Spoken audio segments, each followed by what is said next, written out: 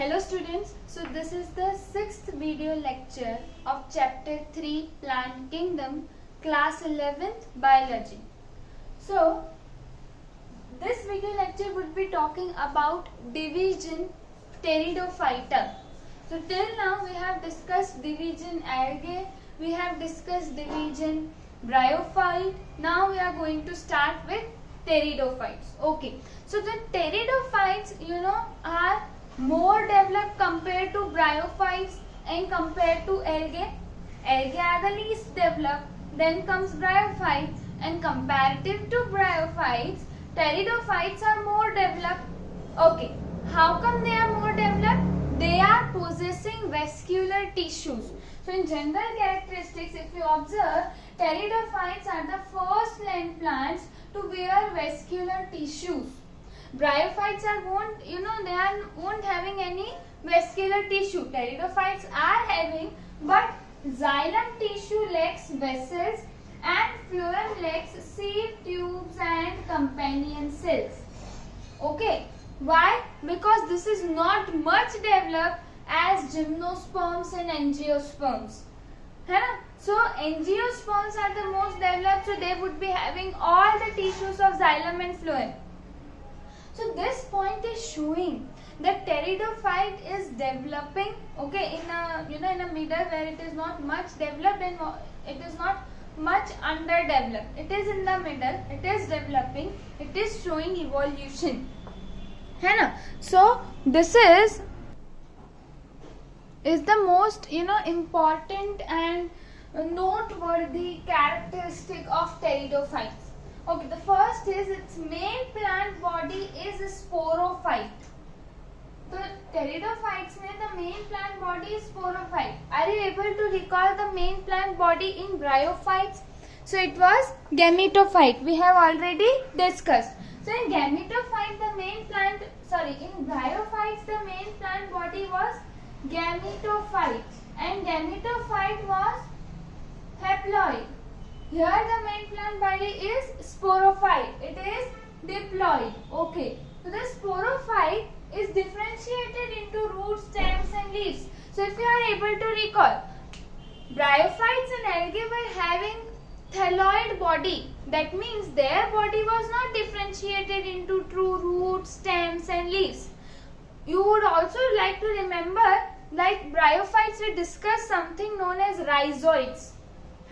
They were either having unicellular rhizoids or they would be either having multicellular rhizoids.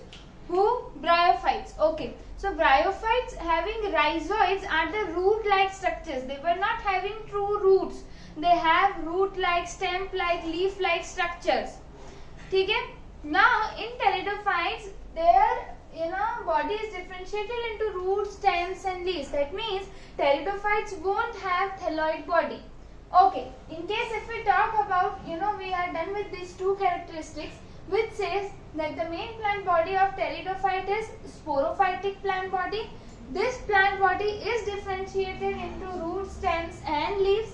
Also, second characteristics talk about this, that they are having vascular tissue and that is not much developed. They are having vascular tissue, but vascular tissues are not much developed. That means xylem still lack vessels, phloem still lack sieve tubes and companion cells. We moved on to the next characteristic, that pteridophytes, most of the pteridophytes are homosporous. That means since the main plant body of pteridophyte is sporophyte, so sporophyte would be releasing spores. So these spores would be of same kind or would be of different kinds. Like in case if we talk about homosporous, so the pteridophytes which would be releasing homosporous condition, which would be releasing similar kind of spores. Okay, they would be included under homosporous. In case if we talk about heterosporous, so they would be basically releasing microspores and megaspores. So these are the two different kinds of spores released by the heterosporous pteridophytes. Okay, therefore hetero means different spores are released by this heterosporous pteridophytes. In homosporous, they releases same kinds of spores as in case of bryophytes. Okay. Next is they possess special leaves which bears spores. These leaves which are bearing spores are referred as sporophylls. Okay. So the pteridophytes के leaves पे क्या होंगे? They would be bearing spores. Now these spores are not directly attached to the surface of the leaf, but you can say that the leaves which is bearing these spores inside sporangia. So sporangia is there on the leaves. The leaves which are bearing sporangia or which are bearing spores are referred as sporophylls. Why we can alternatively use sporangia or spores? Because sporangia itself consists of spores. Sporangia consists of spore mother cells. Spore mother cells undergo meiosis, and this meiosis, the result of meiosis leads to the formation of haploid spores. So ultimately spores are present inside leaf. I said there is a leaf. Leaf contains sporangia. Inside sporangia there is spore mother cells. These spore mother cells undergo meiosis to form haploid spores.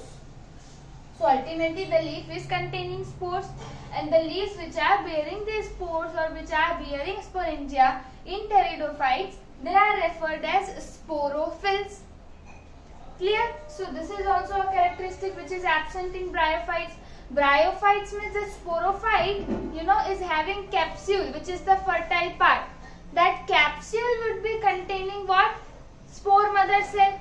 Here in pteridophytes, the leaf portion of the sporophyte. The leaf portion of the sporophyte is containing sporangia. This sporangia in turn is having spore mother cells. These spore mother cells, when undergo meiosis, they result in the formation of haploid spores. We would be discussing this in life cycle also. So these haploid spores are formed by spore mother cells when it undergoes meiosis. This all takes place on the leaf. So such leaves which are bearing sporangia or which are bearing spores are referred as sporophylls.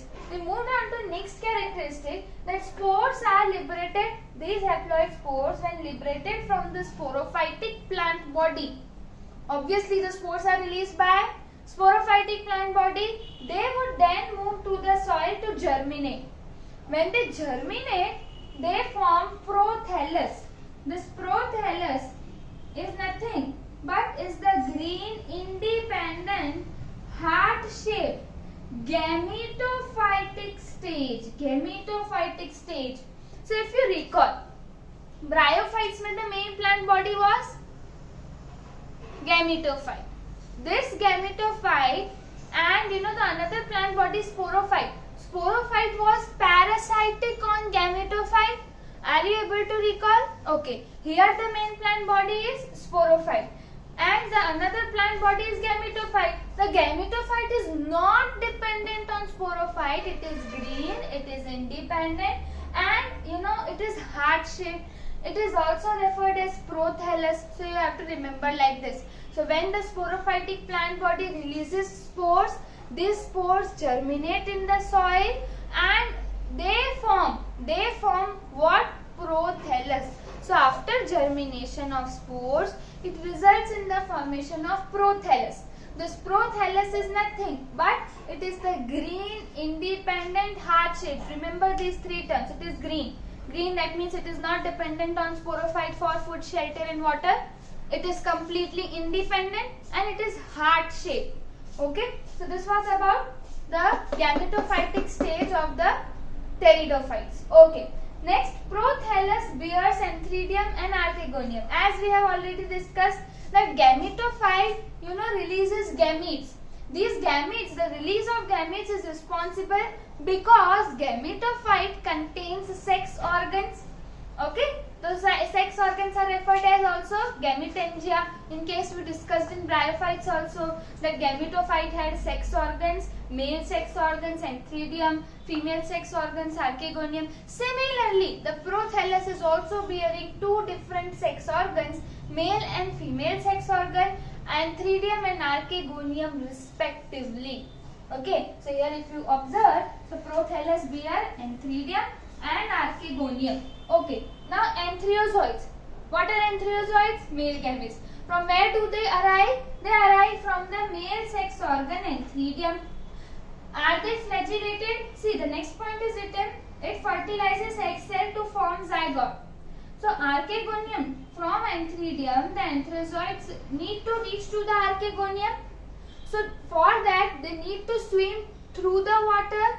So for swimming through the water and reaching to the archegonium, the antherozoids would have flagella. So they are flagellated antherozoids which fertilize the egg cell which is present inside the archegonium and results in the formation of zygote. So with something we have already studied like this, that antherozoids which are coming from antheridium, they are flagellated. This is haploid. They combine with egg cell. It combine with haploid egg cell and leads to the formation of zygote which is diploid. I hope till now here you are with me because you have understood bryophytes clearly with me. So it would be easy for you to understand here now. Okay, this is the same repetition. So this zygote then multiplies to ultimately form a new pteridophyte, that is nothing but sporophyte, which is the main plant body. So here the life cycle ends. We started with sporophyte, we ended with sporophyte. Okay, the sporophyte का जो leaf वाला portion है, ठीक है, since the main plant body is containing roots, stems and leaves, so the leaves are bearing sporangia.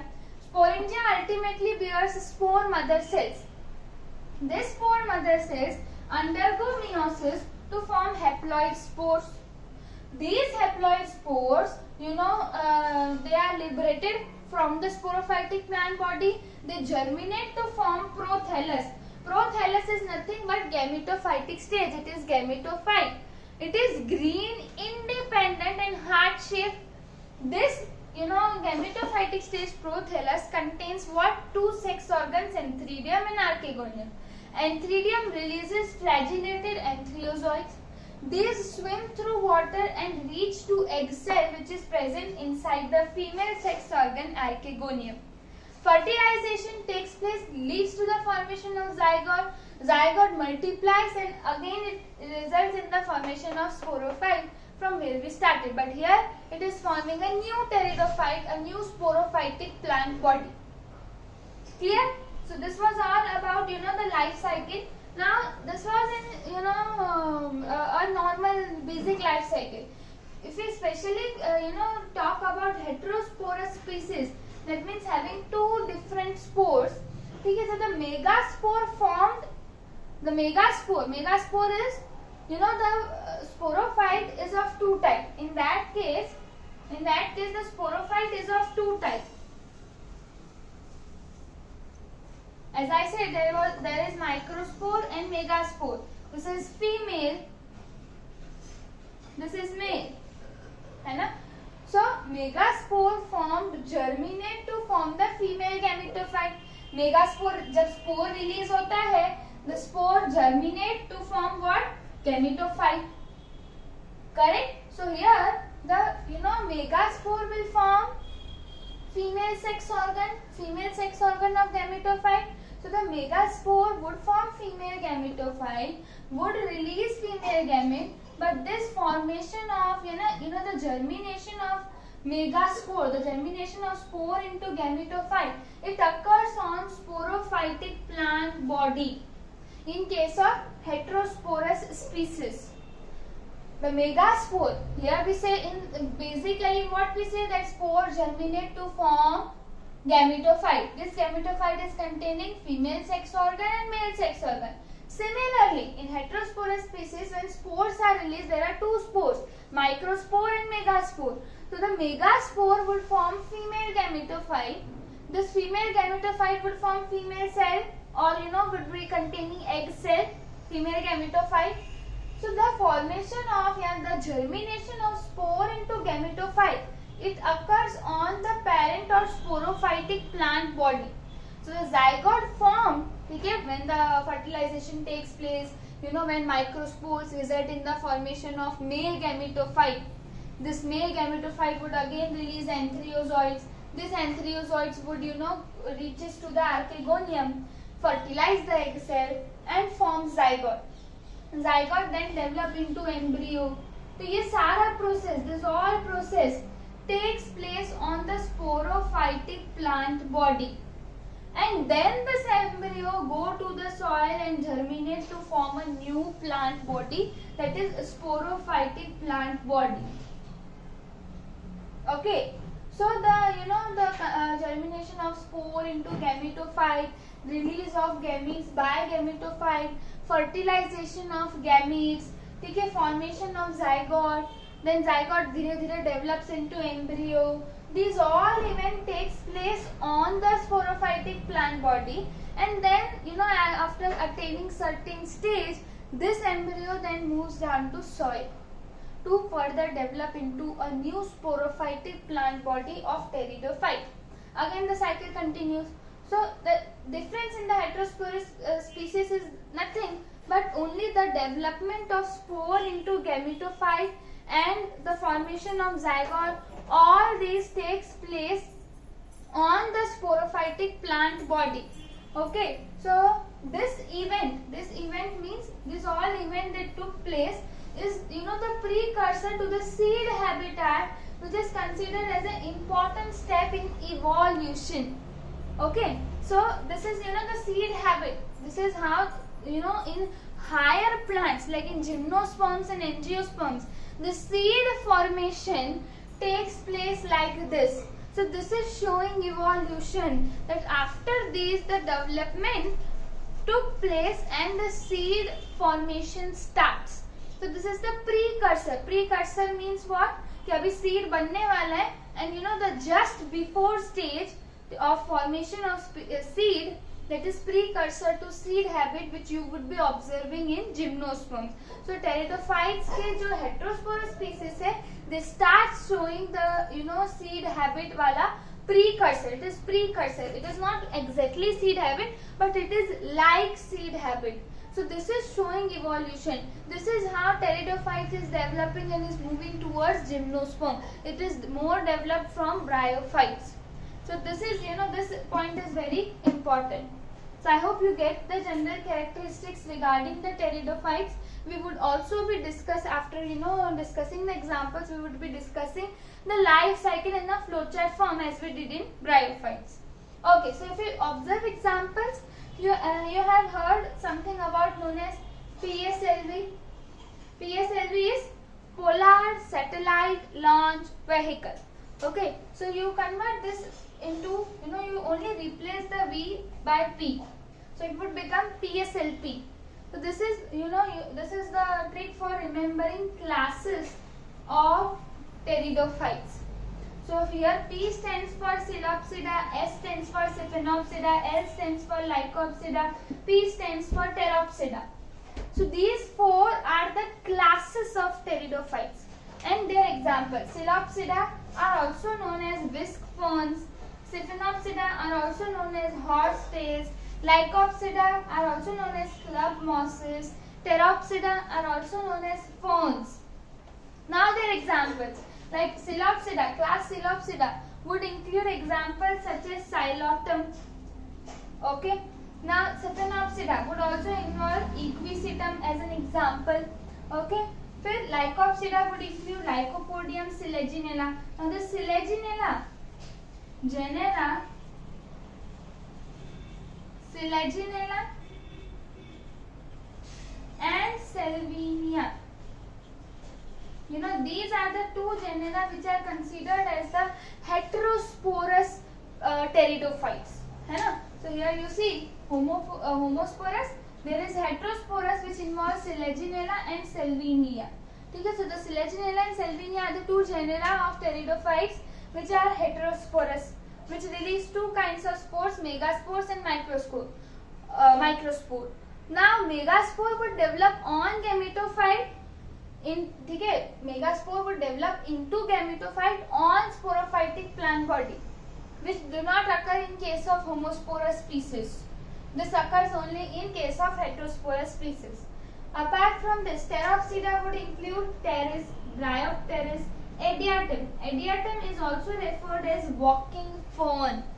ठीक है, this name Adiatum got this name walking fern because during vegetative reproduction its leaf tips its leaf appears like tips and it would be like moving. ठीक है, it would be seems like to be moving during vegetative reproduction or propagation in Adiatum. Therefore, this is also known as walking fern and is involved in the class Pteropsida. So you remember from this Pteropsida, the Pteropteris, Bryopteris, Adiatum. Lycopsida, Lycopodium, Selaginella. Okay, Stephanopsida, horsetails, also known as equisetum. So whenever you encounter with equi is something related to horse. So you remember like this that Stephanopsida is also known as horsetails, and this horsetails wala classes would include equisetum. So this was one simple trick you can remember using examples. Now we would be talking about life cycle. We discuss life cycle in theory form. Now it's time to discuss in flowchart form, है ना? So flowchart form में how we would be discussing as in case we did in bryophytes. So here in life cycle of pteridophytes, the main plant body in pteridophyte is sporophyte. It is diploid. This sporophyte plant body of pteridophyte contains strobili or cones. So these cones are compact mass of bracts, and this bracts are specialized leaf, you can say, specialized scales or leaves. So these cones would contain sporophyll. This sporophyll is spore bearing leaves. ऐसी leaves जो spores को bear करती है, they are sporophyll. So sporophyte having strobili or cones, these strobili contains sporophyll. Inside sporophyll is there sporangia. This sporangia contains spore mother cells. This spore mother cells undergo meiosis to form haploid spores. So till now the spore mother cell is diploid, sporangia is diploid, sporophyll is diploid, but the spores formed by spore mother cells after undergoing meiosis is haploid. These spores are liberated from parent plant. Parent plant means sporophytic plant body. They are liberated and germinate in a soil to form gametophyte. Gametophyte is also known as prothallus. We already discussed. In pteridophyte it is known as prothallus. This prothallus is green, independent and heart shaped.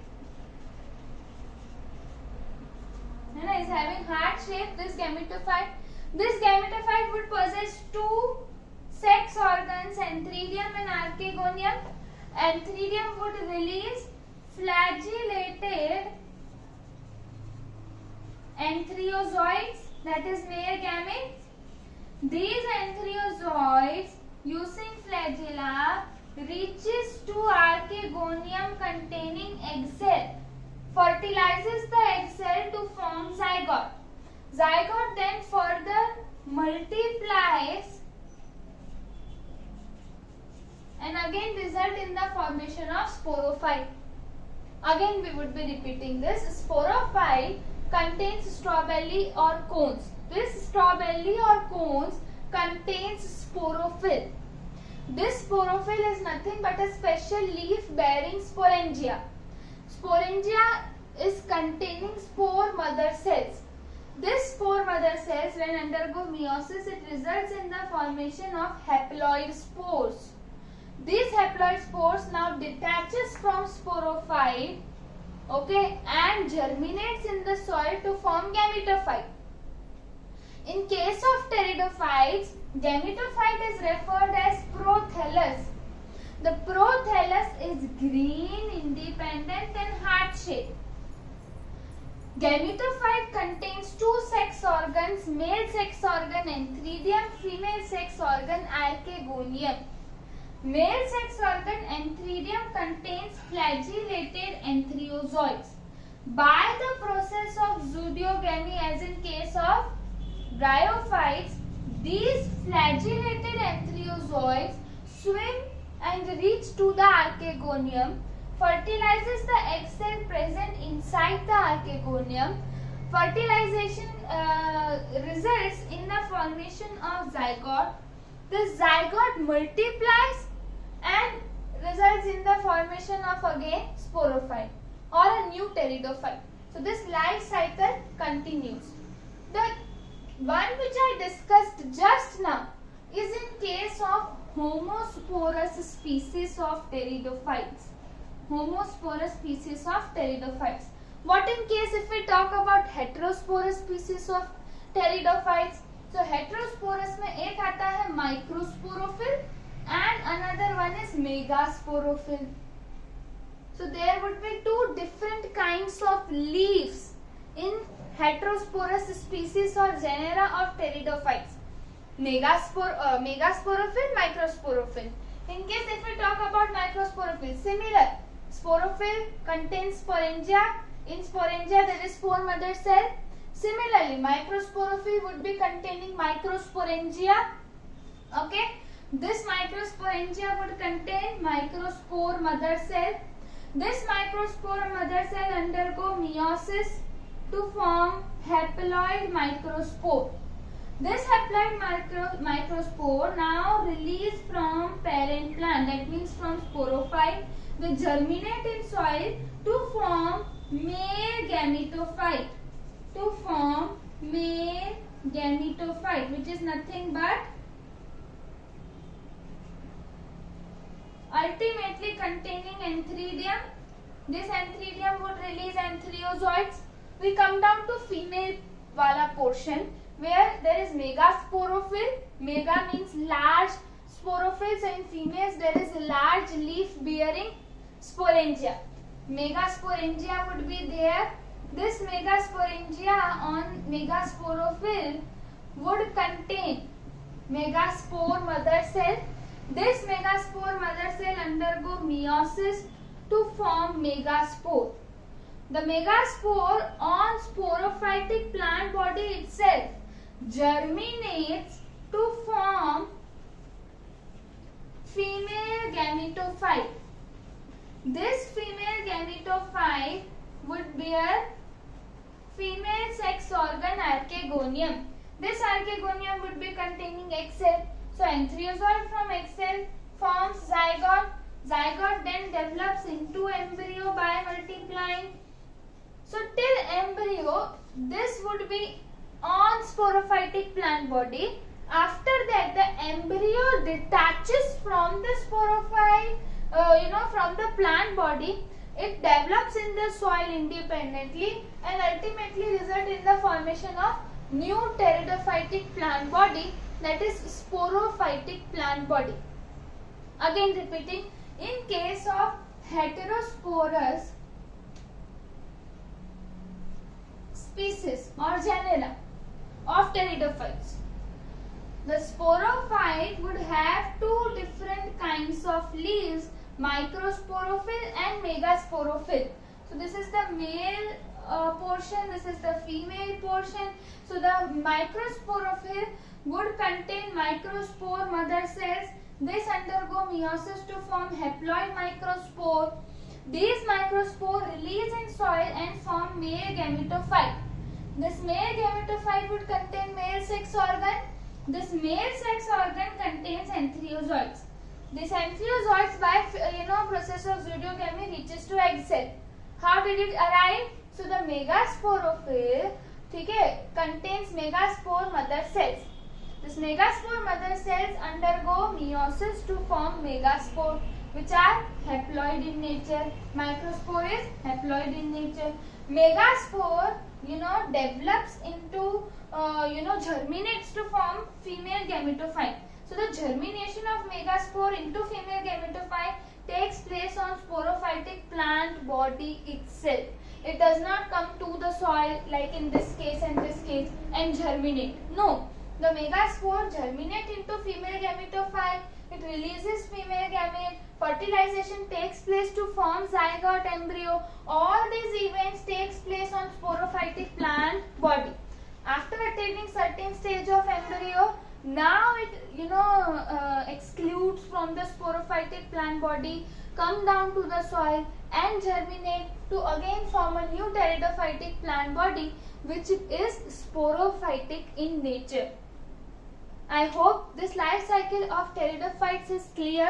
The examples are pretty clear, and we have also discussed the general characteristics regarding pteridophytes. So in the next video lecture, we would be discussing about gymnosperms.